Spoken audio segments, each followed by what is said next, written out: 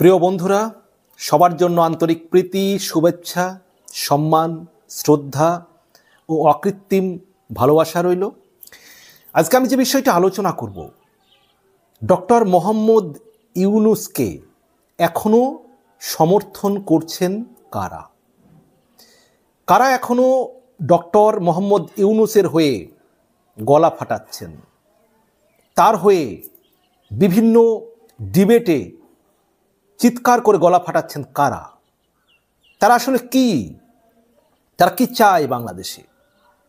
আমরা যদি দেখি যে গত 10 মাসে বাংলাদেশে ডক্টর ইউনূসের শাসনে সার্বিক দিক থেকে ব্যর্থতার পরিচয় দিয়েছে এই অন্তর্বর্তীকালীন সরকার। ডক্টর মোহাম্মদ ইউনূসের নেতৃত্বে যে সরকার চলছে, এই সরকার সার্বিকভাবে ব্যর্থতার পরিচয় দিয়েছে। আইন শৃঙ্খলার দিক থেকে ব্যর্থ, মব জাস্টিস ঠেকাতে ব্যর্থ, পুলিশ প্রশাসন ঠিকমতো কাজ করতে পারা বিষয়টি ব্যর্থ, জনগণের নিরাপত্তা দিতে পেরেছে না, ব্যর্থ, দুর্নীতি দূর করতে পেরেছে বা ঠেকাতে পেরেছে না, এই সরকার ব্যর্থ। তাহলে এই যে এখনো ডক্টর ইউনূসের হয়ে তাহলে গলা ফাটাচ্ছে কারা? তারা যারা সব কিছু জেনে বুঝেও ডক্টর ইউনূসের হয়ে গলা ফাটাচ্ছে, যারা শেখ হাসিনার দুর্নীতি নিয়ে কথা বলতেন। আমি ছোট্ট একটা তথ্য দিয়ে রাখি, যদি আমি স্ক্রিনেও দিয়ে দিচ্ছি, এটা দেখুন। পাশাপাশি 2024-এর 21শে জুন যদি দেখি, শেখ হাসিনার শাসনকালে দি ডেইলি স্টার একটা প্রতিবেদন করেছিল। সেখানে বলা হয়েছিল হেডলাইনে, সুইস ব্যাংকে বাংলাদেশের অর্থ 68% কমেছে। যে সুইস ব্যাংকে অন্তত যারা অনেকেই টাকা রাখেন, দেশ থেকে টাকা পাচার করে বা হিসাব দিতে চান না যে টাকা, সেই টাকা কিন্তু অনেকেই সুইস ব্যাংকে গিয়ে রেখে আসেন।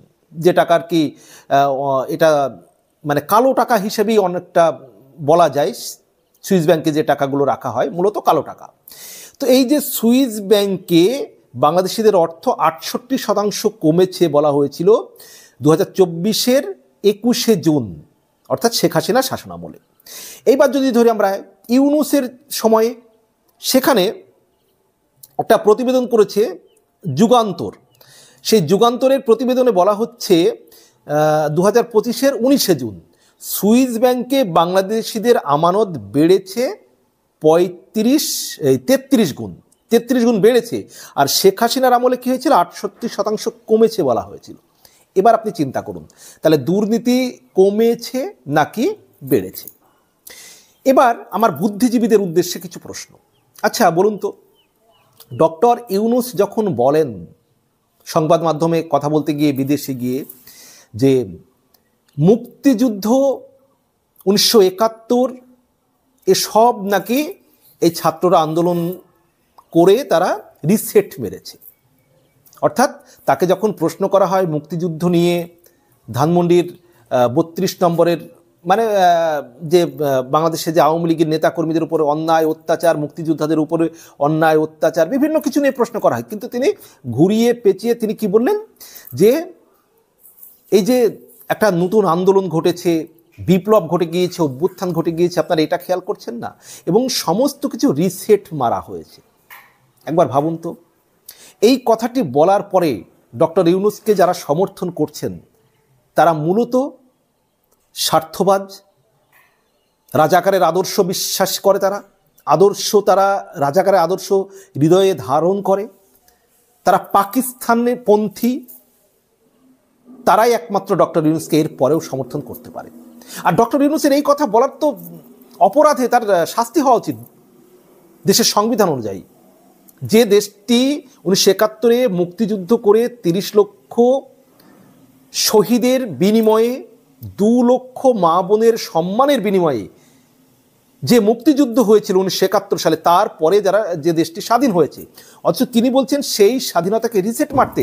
অর্থাৎ এই যে 30 লক্ষ মুক্তিযোদ্ধা যে শহীদ হয়েছে তাদেরকে কিভাবে তিনি অপমানিত করলেন, অসম্মানিত করেছেন রিসেট মারার কথা বলে। তাদের অবদান তিনি ভুলে যেতে চাইছেন, 2 লক্ষ মা বোনের সম্মান তিনি ভুলে যেতে চাইছেন। এই কথা বলার যে অপরাধ, শুধুমাত্র এই অপরাধেই তো তার চরম শাস্তি হওয়া উচিত ডক্টর ইউনূসের। অথচ এর পরেও বাংলাদেশের কিছু মানুষ তার হয়ে গলা ফাটাচ্ছে। তাহলে তারা কারা?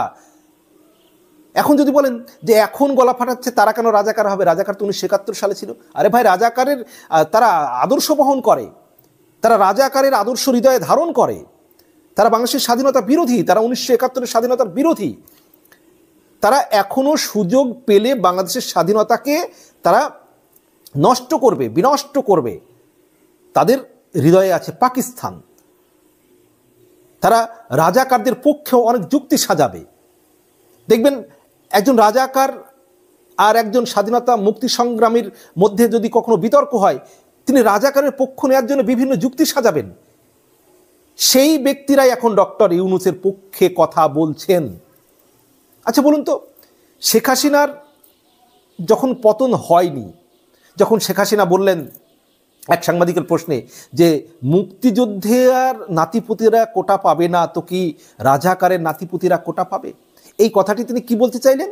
যে কোটা পেলে তো মুক্তিযুদ্ধের যোদ্ধার যারা নাতিপুতি তারা পেতে পারে, কিন্তু রাজাকারের নাতিপুতিরা তো পেতে পারে না। কিন্তু সবাইকে আন্দোলনকারী তো রাজাকার বলা হয়নি। কিন্তু যারা আন্দোলন করছিল, যারা নেতৃত্ব, তারা কি বলতে লাগলো? তুমি কে, আমি কে, রাজাকার রাজাকার। কে বলেছে? কে বলেছে? নাকি স্বৈরাচার স্বৈরাচার। তার মানে কি, তাদের হৃদয়ে রাজাকারের আদর্শ বহন তারা করছিল। এই আন্দোলন মূলত যারা নেতৃত্ব দিচ্ছিল, যার ফলে এই যে তুমি কে, আমি কে, রাজাকার বলার পরেও যারা এই ছাত্রদের বিশ্বাস করেছিলেন, তাদের কি মাথার মানে বুদ্ধি, জ্ঞান, চিন্তা, চেতনা, সেগুলো কি সত্যিই মানে মুক্তিযুদ্ধের পক্ষে কাজ করে নাকি রাজাকারদের পক্ষে কাজ করে? একটু ভেবে দেখবেন তো। এই আন্দোলনকে কারা প্রমোট করেছে পিছন থেকে? জামাতে ইসলামী, বিভিন্ন জঙ্গি সংগঠন, বিএনপি, যেহেতু শেখ হাসিনার তীব্র বিরোধী, এবং বিদেশ থেকে তারেক রহমান, তিনি তো ফোনে রীতিমতো অ্যাডভাইস দিয়েছেন যে যত বেশি লাশ পড়বে তত তাড়াতাড়ি শেখ হাসিনার পতন ঘটবে। তার মানে কি, বিএনপি মুক্তিযুদ্ধের আদর্শে বিশ্বাসী হলেও তারা মুক্তিযুদ্ধের চেতনাকে হৃদয়ে ধারণ করতে পারেনি, পারে না। তারা মুক্তিযুদ্ধের চেতনার বিরোধী শক্তিকে তারা প্রমোট করেছে, তাদের সঙ্গে তারা একত্রিত হয়েছে, এবং তারা যেন তেন প্রকারের ক্ষমতা চায়। যেহেতু তারা আওয়ামী লীগের সঙ্গে পেরে উঠছে না, তাই তারা মুক্তিযুদ্ধ বিরোধী, স্বাধীনতা বিরোধী সমস্ত শক্তিকে একত্রিত করে নিয়ে তারা ক্ষমতা পেতে চাইছে।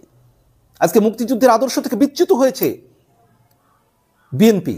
আচ্ছা বলুন তো, আজকে আমাদের দেশ ভারতবর্ষ, ভারতবর্ষের কোনো মানুষের ক্ষমতা আছে কোনো স্বাধীনতা সংগ্রামীকে অপমান করা? কারো ক্ষমতা আছে?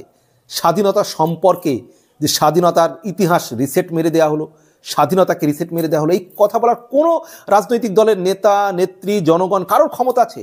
বললে তিনি জনগণের কাছ থেকেও ছাড় পাবেন না, প্রশাসনের কাছ থেকেও তিনি ছাড় পাবেন না।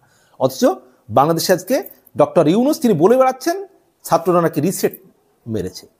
বঙ্গবন্ধু ধানমন্ডির 32 নম্বর বাড়ি ভেঙে দিচ্ছে যে ব্যক্তিটি সারা জীবন বাংলাদেশের স্বাধীনতার জন্য লড়াই করেছেন, সংগ্রাম করেছেন, জীবনের একটা মূল্যবান সময় তিনি জেলে কাটিয়েছেন, তার বাড়ি ভাঙচুর হয়ে যাচ্ছে বুলডোজার নিয়ে গিয়ে, সরকারি বুলডোজার নিয়ে গিয়ে।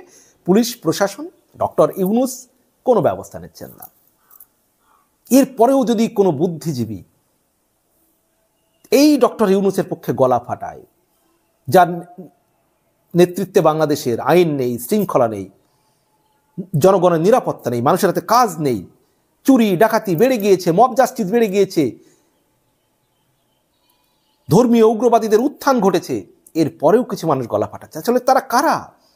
তারাই মূলত এই যে ডক্টর ইউনূসের যে সরকার চলছে, যে বিভিন্ন রকম দুর্নীতি, চাঁদাবাজি, চুরি ডাকাতি, ছিনতাই, উগ্রবাদী, এই যে সমস্ত কিছু পরিস্থিতি যারা সুবিধাভোগী বা যারা রাজাকারের আদর্শ বহন করে, একমাত্র তারাই এখন ডক্টর ইউনূসের হয়ে গলা ফাটাচ্ছে। বাকি কোনো বুদ্ধিজীবী মানুষ এই মুহূর্তে ডক্টর ইউনূসের হয়ে গলা ফাটানোর কোনো স্কোপ অন্তত আমার বিচার বিশ্লেষণে আসছে না। প্রিয় বন্ধুরা, আপনারা কি মনে করেন? আপনারা ভিন্ন মত পোষণ করতে পারেন, জানাবেন কমেন্ট বক্সে। ভালো থাকবেন, সবার জন্য শুভকামনা।